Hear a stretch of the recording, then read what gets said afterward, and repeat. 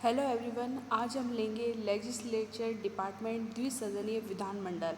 आपको सभी को पता है कि भारत के अंदर पार्लियामेंट्री सिस्टम को फॉलो किया गया है।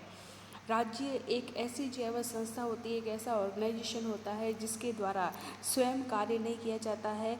वह अपनी जैव सॉवरेनिटी पावर का यूज़ जैव सरकार के माध्यम से, गवर्नमेंट के माध्यम से करता है। इस प्रकार हम कह सकते हैं कि सरकार से हमारा तात्पर्य उन सभी व्यक्तियों से है, संस्थाओं से है, साधनों से है जिसके द्वारा राज्य की इच्छा अभिव्यक्त होती है या राज्य की इच्छा को जो है वह कार्य के रूप में पूरा किया जाता है।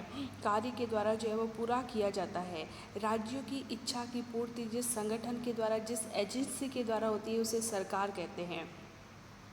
आपको पता है कि गवर्नमेंट के 3 प्रमुख अंग होते हैं। एक कार्यपालिका एग्जीक्यूटिव डिपार्टमेंट होता है, जुडिशरी होती है, न्यायपालिका होती है और व्यवस्थापिका यानी कि लेजिस्लेचर डिपार्टमेंट होता है। व्यवस्थापिका यानी कि लेजिस्लेचर डिपार्टमेंट जो है वह कानून बनाता है और राज्य की पॉलिसीज़ को जो है वह निश्चित करके कार्य जो है वह करते हैं। कार्यपालिका जो है वह उन कानूनों को एग्जीक्यूट करते हैं और न्यायपालिका के द्वारा कानूनों के आधार पर जो है वह जस्टिस प्रोवाइड किया जाता है, कॉन्स्टिट्यूशन की जो है वह रक्षा के लिए, संविधान की रक्षा के लिए।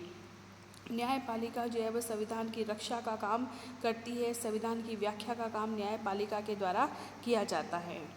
अब हम लेंगे लेजिस्लेचर डिपार्टमेंट। व्यवस्थापिका सरकार के तीनों ही अंग बहुत महत्वपूर्ण होते हैं, लेकिन इन तीनों अंगों में व्यवस्थापिका विभाग सर्वाधिक महत्वपूर्ण होता है। व्यवस्थापिका विभाग कानूनों का निर्माण करता है जिनके आधार पर जो है वह एग्जीक्यूटिव डिपार्टमेंट या कार्यपालिका है, प्रधानमंत्री है, राष्ट्रपति है, मंत्रिपरिषद है, शासन करते हैं। और न्यायपालिका जो है वह न्याय प्रदान करने का काम करती है।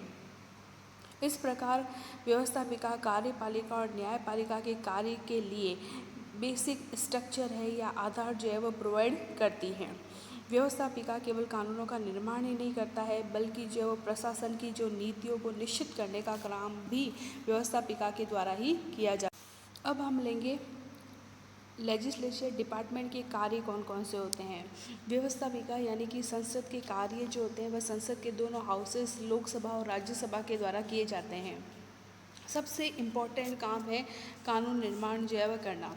व्यवस्थापिका का सबसे प्रमुख और मुख्य काम होता है कानूनों का निर्माण करना। यह विभाग जो होता है, लेजिस्लेटिव डिपार्टमेंट जो होता है वह कानूनों के लिए विधेयक का प्रारूप जो है वह तैयार करते हैं, यानी कि बिल तैयार करते हैं। बेसिक स्ट्रक्चर जो है वो तैयार किया जाता है और उन कानूनों पर जो है वह डिस्कशन होता है। फिर बाद में जो है वो उनको एक्सेप्ट कर, दोनों हाउसेस के द्वारा जो है वह एक्सेप्ट कर कानून का जो है वह रूप प्रदान किया जाता है। पार्लियामेंट्री जो होते हैं वह पुराने कानूनों में जो है वह संशोधन भी करते हैं, अमेंडमेंट भी करते हैं, उन्हें परिवर्तन करते हैं और जो कानून जो है वह काम में नहीं आ रहे हैं उन्हें समाप्त करने का कार्य भी व्यवस्थापिका के द्वारा ही किया जाता है। संविधान में संशोधन का कार्य जो है वह पार्लियामेंट के दोनों हाउसेस के द्वारा किया जाता है। कोई भी संवैधानिक संशोधन है वो लोकसभा से पास होगा, फिर बाद में राज्यसभा से पास होता है, देन जो है वह संविधान में संशोधन का कार्य जो है वह किया जाता है। जो राष्ट्रीय वित्त होता है उस पर कंट्रोल करने का काम भी जो है वह पार्लियामेंट के द्वारा ही किया जाता है। व्यवस्थापिका कानूनों के निर्माण के साथ साथ जो है वह राष्ट्रीय वित्त पर, यानी कि जो नेशनल फाइनेंशियल जो मनी होती है उस पर भी कंट्रोल करने का काम जो है वह पार्लियामेंट का ही होता है। पार्लियामेंट ये निश्चित करती है कि है ना, राज्य को आय जो है वह किन सोर्स से प्राप्त होगी और उस मनी का यूज़ जो है वह जनता के कौन कौन से कार्यों के लिए, जनहित कार्यों पर उस मनी को जो है वह खर्च किया जाएगा। जनता के धन पर नियंत्रण जो है व्यवस्थापिका के द्वारा ही किया जाता है। व्यवस्थापिका जो है वह एडमिनिस्ट्रेटिव डिपार्टमेंट पर कंट्रोल भी रखती है। व्यवस्थापिका जो है वह प्रशासनिक कार्यों में सीधे तौर पर जो है वह भाग नहीं लेती है, लेकिन प्रशासन पर जो है वह कुछ कंट्रोल अवश्य रखती है। जो भी गवर्नमेंट है काम कर रही है उस पर कुछ कंट्रोल जो है वह व्यवस्थापिका के द्वारा रखा जाता है। लेजिस्लेटिव डिपार्टमेंट में ये कार्य जो है वह पार्लियामेंट्री सिस्टम में अलग होता है और प्रेसिडेंशियल सिस्टम में अलग अलग होता है। संसदीय शासन में व्यवस्थापिका जो है वह कार्यपालिका पर नियंत्रण रखती है। व्यवस्थापिका जो है वह कार्यपालिका के द्वारा जो है वह नियंत्रण प्रश्न है, पूरक प्रश्न है और अविश्वास का प्रस्ताव पास करके कार्यपालिका को जो है वह अपने पद से जो है वह पदच्युत भी कर सकती है। अधिकांश देशों में व्यवस्थापिका जो है वह जुडिशरी संबंधी कार्य भी करती है।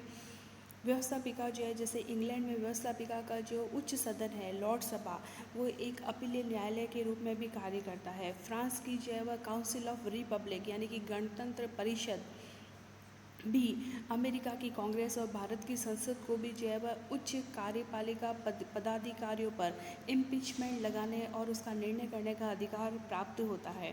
भारत की पार्लियामेंट को जो है वह ना राष्ट्रपति है, सुप्रीम कोर्ट के जो है चीफ जस्टिस है, उस पर महाभियोग लगाने और उस पर निर्णय का अधिकार प्राप्त होता है। उसी तरह फ्रांस की जो है वह काउंसिल ऑफ रिपब्लिक को भी ये अधिकार प्राप्त है। अमेरिका की कांग्रेस को भी ये अधिकार जो है वह प्राप्त है। व्यवस्थापिका के द्वारा व्यवस्थापिका के सदस्यों तथा निजी व्यक्तियों पर सदन की निंदा करने पर अभियोग जो है वह लगाया जा सकता है। व्यवस्थापिका को जो है वह निर्वाचन संबंधी अधिकार भी प्राप्त है, इलेक्शन संबंधी अधिकार भी जो है वह प्राप्त है। व्यवस्थापिका जो है वह निर्वाचन संबंधी कुछ कार्य भी जो है वह करती है। व्यवस्थापिका के जो है वह सदस्य जो होते हैं और राज्य की विधानसभाओं के निर्वाचित सदस्य जो है वह राष्ट्रपति का निर्वाचन करते हैं।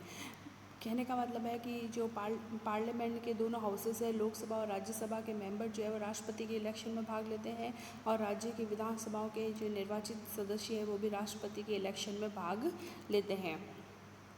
अब हम लेंगे argument in favour of by cameral system.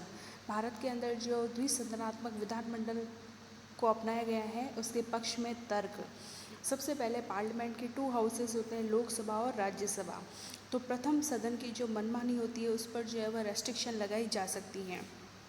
एक यूनिवर्सल कंसेप्ट है कि पावर जो है वह भ्रष्ट करती है और अगर किसी को बिना रेस्ट्रिक्शन के अगर कोई पावर दी जाती है तो वो मनुष्य को जो है वह नित्यांत भ्रष्ट कर देती है। व्यवस्थापिका के अंदर जो शासन है वो अत्याचारी है, स्वेच्छाचारी है और भ्रष्ट न हो पाए इसके लिए 2 सदन का होना आवश्यक होता है। फर्स्ट सदन के कार्यवाही पर या मनमाने कानूनों पर रोक लगाने के लिए सेकंड सदन का होना जो है वह आवश्यक होता है। और इसके पक्ष में दूसरा तर्क है कि अविचारपूर्ण कानूनों पर रोक लगाई जा सकती है। अगर व्यवस्थापिका से पहले सदन से कोई ये ना कानून है जिस पर विचार नहीं किया गया है, डिस्कशन नहीं किया गया है, तो दूसरा सदन जो है वह पहले सदन की जो जल्दबाजी से पास हुए जो कानून है, जो लॉ है, उन पर जो है वह रेस्ट्रिक्शन लगा सकते हैं। क्लियर? और सभी वर्गों को प्रतिनिधित्व जो है वह प्राप्त होता है। प्रथम सदन में शक्तिशाली जो पॉलिटिकल पार्टी होती है उससे संबंधित जो है वह निम्न वर्ग है, मध्य वर्ग के सदस्यों का प्रतिनिधित्व प्राप्त हो पाता है। यानी कि पॉलिटिकल जो पार्टीज़ होती है उससे रिलेटेड जो है वह कैंडिडेट है ना लोकसभा के अंदर आते हैं। लेकिन लोकतंत्र का आदर्श जो है वह सभी जो क्लास है उनको जो है वह प्रतिनिधित्व प्रदान करना होता है, रिप्रेजेंटेटिव प्रदान करना होता है। दूसरे वर्ग के अंदर इस समानता को जो है वह ध्यान में रखा गया है। दूसरे वर्ग में जो है वह सभी तरह के जो है वह लोग आते हैं। इसके द्वारा जो है वह राष्ट्रपति के द्वारा मनोनीत भी जो है वह किए जाते हैं। वो लोग जो है वह भी इसके अंदर आते हैं। इसमें माइनॉरिटी है, एजुकेशन है, ज्ञान है, अनुभव की दृष्टि से योग्य व्यक्तियों का प्रतिनिधित्व भी सुरक्षित रखा जाता है सेकंड हाउसेस के अंदर। कार्य विभाजन से लाभ। पार्लियामेंट के जो है वह हाउसेस के अंदर कार्य का डिस्ट्रीब्यूशन किया जाता है, लोकसभा और राज्यसभा के अंदर कार्यों का डिस्ट्रीब्यूशन किया जाता है। जन कल्याणकारी राज्य के विचार को अपनाने के लिए वर्तमान समय में व्यवस्थापिका के कार्य जो है वह बहुत अधिक बढ़ गए हैं, इसलिए कार्य का डिस्ट्रीब्यूशन भी किया जाता है।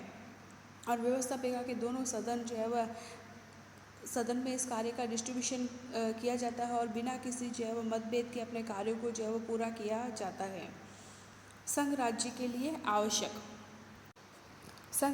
लिए भी आवश्यक है, यूनियन के लिए भी आवश्यक है। फर्स्ट सदन में जो है वह जनसंख्या के आधार पर प्रतिनिधि जो है वह आते हैं लोकसभा के अंदर और दूसरे सदन में जो है वह समानता के आधार पर जो है वह प्रतिनिधित्व दिया जाता है, इक्वलिटी के जो है वह बेस पर।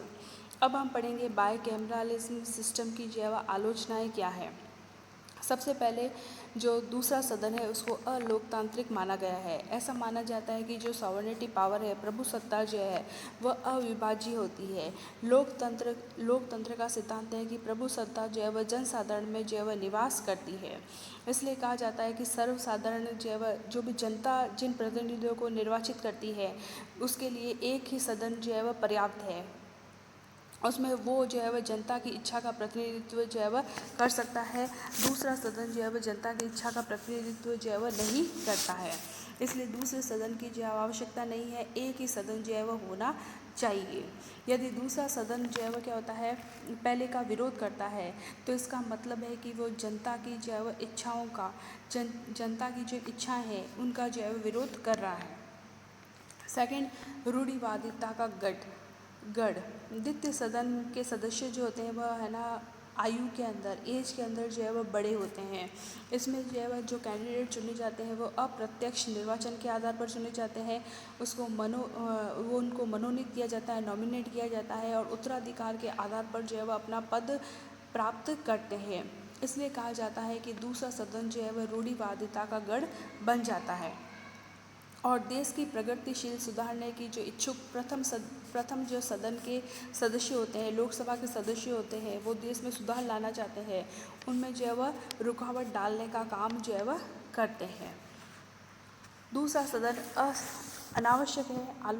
आलोचक जो है वह इस बात को स्वीकार नहीं करते हैं कि आवेश और जल्दबाजी में निर्मित कानूनों पर रोक लगाने के लिए दूसरा सदन आवश्यक है।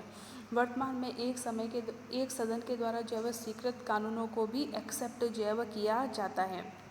एक सदन के द्वारा पास कानूनों का जो है वह निर्माण किया जा सकता है, उसके लिए दूसरा जो है वह सदन आवश्यक नहीं है। Thank you.